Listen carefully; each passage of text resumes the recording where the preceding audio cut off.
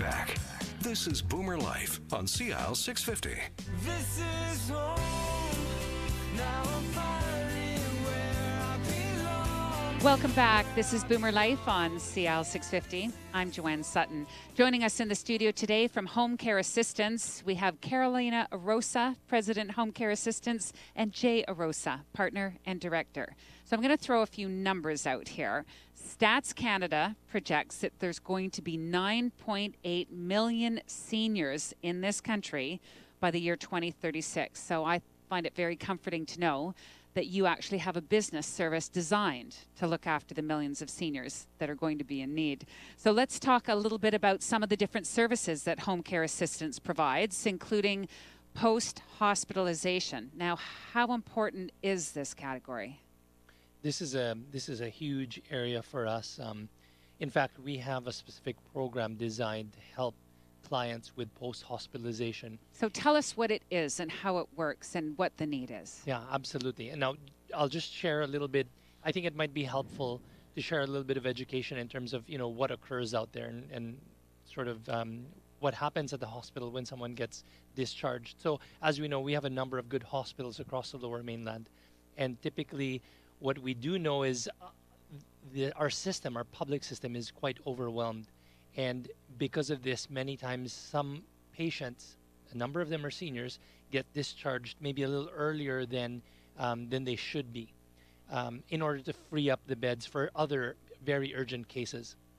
And typically what ideally happens is that you have the other part of our public system, which is home and community support, that is able to provide the right type of service and support in the home of a senior when they get discharged. Many times, though, again, because our system is quite overwhelmed, some of this support doesn't happen instantaneously or doesn't happen immediately. So are you talking about like government support or? Absolutely, okay. Yes. And there's, again, I mean, there's a lot of great people that work within government support, both at the hospital and within, public home and community support. We work with a number of them, but they are stretched.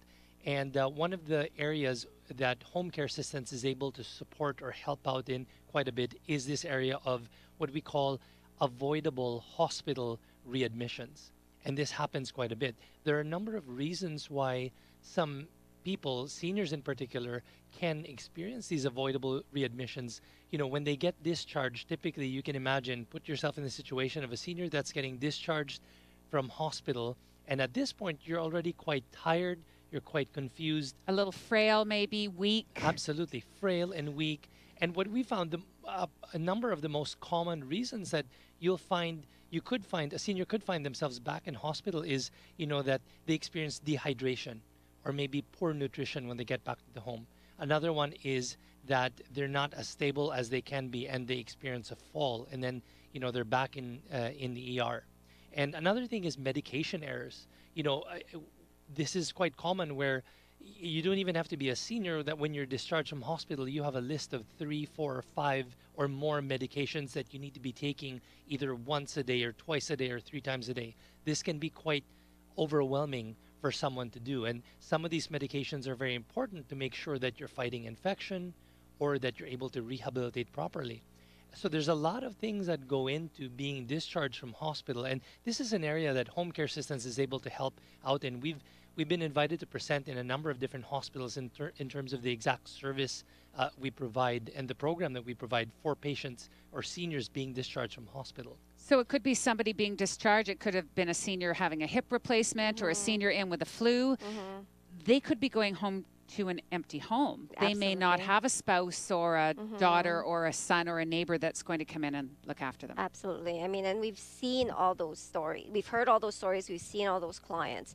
So really where HomeCareAssistance steps in is that, first and foremost, we do the free in-home assessment in the hospital. Oh, so you can step in that early. Absolutely. And we actually recommend, whenever we get people who call in asking and telling us that their loved one is about to be discharged from the hospital, we tell them we're going to do the assessment in the hospital, because this gives us an opportunity to not just meet the client and their loved one, but also at the same time talk to the physician, talk to the discharge planner, talk to the physical therapist, the occupational therapist, all the healthcare professionals involved in their care, to A, get a baseline of what they were before they got in, and B, to get a sense of, what kind of support do they need to successfully rehabilitate at home and seamlessly transition back home. So all this is very important to us. The case manager puts together a customized care plan based on that, and we typically recommend that for the first 72 hours post-discharge that they get round-the-clock monitoring. Because again, like Jay mentioned, there are several of these factors that could happen that could, mean the client getting readmitted back into the hospital. Sure, they're weak, fatigued, they forgot their meds, they didn't take their painkillers, they didn't go to the bathroom, they didn't get enough water. Yep. So our caregivers are there to ensure none of those things happen. So they're there to be the eyes and ears, do all that observation, monitoring, proactively see if there's going to be any change in condition or whatnot.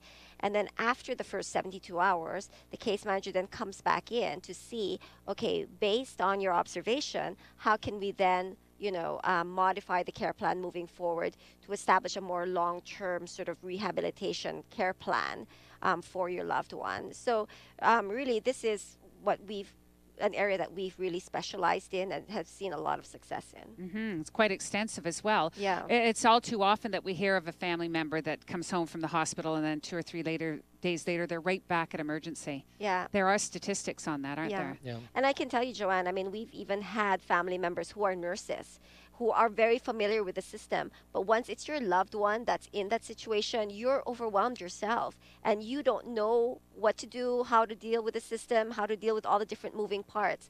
So that's where a case manager comes in and helps you, sort of navigate that system first and foremost, and really make that system and make that process much less overwhelming. So. Well, I'm interested, as I'm sure a number of our listeners are, as to how it all works. And can we talk specifically about the process of what happens when you connect with new clients and that first phone call you receive saying, I need help and my mom needs help? Yeah. So really the first step, again, once they pick up the phone and call out and reach out to us, they'll always get a live person. So they'll never get an answering service, nor will they get a call center. So they'll talk to either myself or any one of my case managers. And really the first step is we're there to listen. We're there to hear, what are your needs?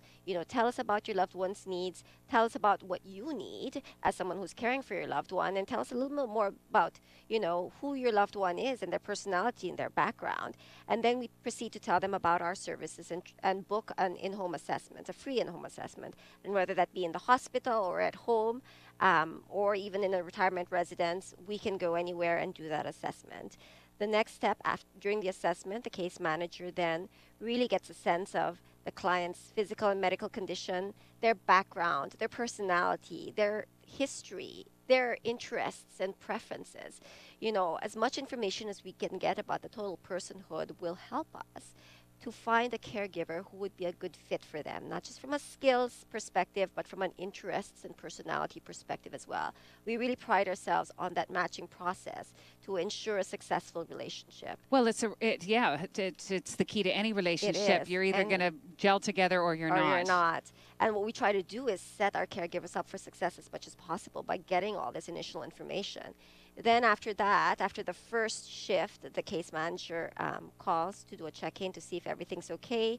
They do a home visit the first week after, and then on an ongoing basis, on a monthly basis, they do regular home visits and update the loved ones and family members. And so in doing so, again, we're involved every step of the way throughout the tenure of their relationship with us, and it's enabled us to be more proactive in our approach instead of being reactive only when a crisis occurs. We're there to prevent things from happening and to ensure that our clients live, again, a longer, more purposeful life.